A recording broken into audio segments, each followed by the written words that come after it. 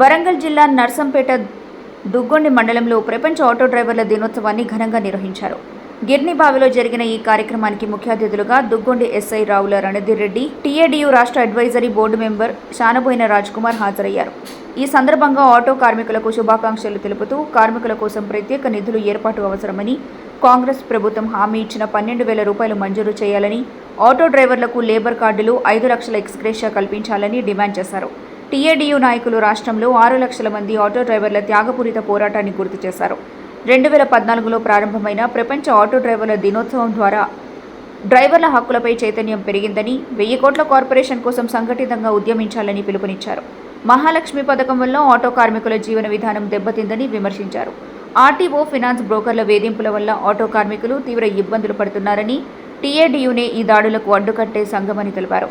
ఈ కార్యక్రమంలో మండల టీఏడీయూ నేతలు మోడెం విద్యాసాగర్, బూర రామకృష్ణ గౌడ్, దండురాజు తదితరులు, అన్ని అడ్డాల ఆటో కార్మికులు పాల్గొన్నారు. మండలానికి సంబంధించి అన్ని అడ్డాల నుంచి కార్యక్రమానికి చేసినటువంటి ఆటో డ్రైవర్ సోదరులందరికీ కూడా ప్రపంచ ఆటో కార్మికుల దినోత్సవ శుభాకాంక్షలు.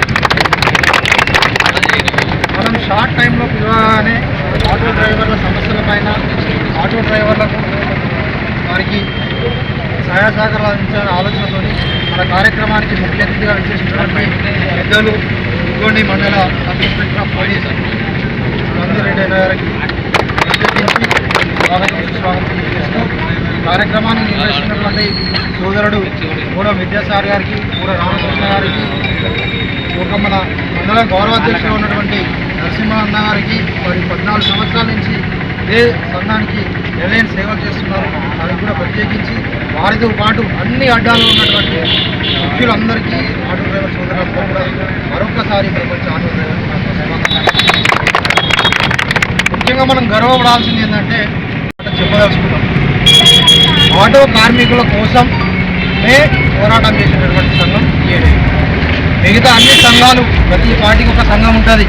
బీఆర్ఎస్కి అయితే బీఆర్టీయూ అని, కాంగ్రెస్కి అయితే ఐఎన్టీయూసీ అని, కమ్యూనిస్ట్ పార్టీలకు సిఐటియు, ఐఎన్టీయూసీ అన్నీ కూడా, ఏఐసిటి కూడా ఇవన్నీ ఉంటాయి.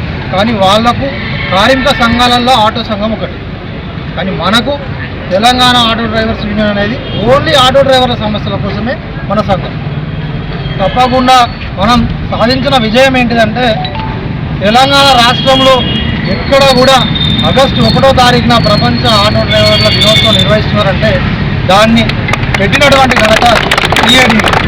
ఇవాళ ప్రతి సంఘం కూడా నిర్వహిస్తాను, సంతోషపడాలి మనం. ఎందుకంటే ఆటో డ్రైవర్ల కోసం అన్ని పార్టీలో ఉన్నటువంటి కార్మిక సంఘాలు కూడా ఇవాళ ఆటో డ్రైవర్ దినోత్సవం చేస్తారు. కానీ దీన్ని స్థాపించింది ఎవరు అంటే తెలంగాణ ఆటో డ్రైవర్ గౌరవ అధ్యక్షులు మన తిరుమల రాజకుమార్ గారు. తెలంగాణ రాష్ట్రంలో గత 10 సంవత్సరాలు బీఆర్ఎస్ పార్టీ అధికారంలో ఉన్నా కూడా, ఇప్పుడు 2 సంవత్సరాల నుంచి కాంగ్రెస్ పార్టీ అధికారంలో ఉన్నా కూడా, తెలంగాణలో ఉన్నటువంటి ప్రతి ఆటో డ్రైవర్ కుటుంబం కోసం కష్టపడేటువంటి సంఘం టీఏడీయూ. తప్పకుండా మనందరికీ తెలుసు, గతంలో కూడా ఇబ్బందులు ఉన్నాయి, ఇప్పుడు కూడా ఇబ్బందులు ఉన్నాయి. కానీ ఇప్పుడు ప్రత్యేకమైనటువంటి ఇబ్బందులు. మనం ప్రభుత్వాన్ని ఖండిస్తలేము, ప్రభుత్వాన్ని అది చేస్తలేము, కానీ మనం ప్రభుత్వానికి విన్నవించుకుంటాను. తెలంగాణ ఆటో డ్రైవర్స్ యూనియన్ పక్షాన, ఆటో డ్రైవర్లందరి పక్షాన ఏంటిదంటే, కాంగ్రెస్ పార్టీ మేనిఫెస్టోలో పెట్టినట్టు ఆటో డ్రైవర్లకు 12,000 రూపాయలు ఏదైతే ఇస్తా ఉన్నారో తక్షణమే ఇవ్వాల్సిందిగా ఈ వేదిక ద్వారా మనం వాళ్ళకి కోరుతున్నాం.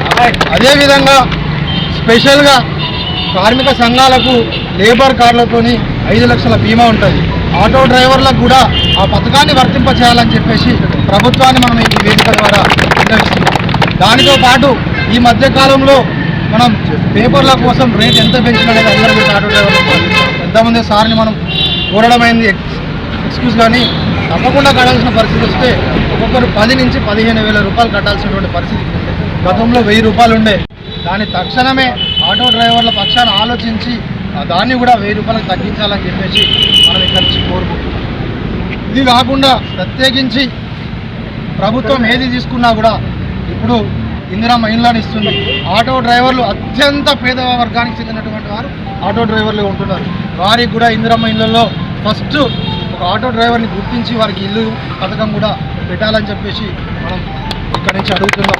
దీంతో పాటు కాంగ్రెస్ పార్టీ వచ్చిన తర్వాత సరే పథకం మంచిదే కావచ్చు, ఫ్రీ బస్ అది మహిళలకు ఉపయోగపడవచ్చు, కానీ దాని ద్వారా రోడ్డున పడ్డటువంటి ఆటో కార్మికులు వేల సంఖ్యలో ఉన్నటువంటి ఆటో కార్మికులు వాళ్ళ జీవనోపాధ్యాయంలో ఇబ్బందులై రోడ్డు మీదకి వచ్చి ఉన్నటువంటి పరిస్థితులు ఉన్నాయి. వారిని దృష్టిలో పెట్టుకొని వారికి న్యాయం చేసే విధంగా ప్రత్యేకంగా ఒక కార్పొరేషన్ ఏర్పాటు చేసి దానికి 1000 కోట్లతో నిధులు ఇవ్వాలని చెప్పేసి ఇక్కడి నుంచి కాంగ్రెస్ ప్రభుత్వాన్ని మనం కోరడం జరుగుతుంది.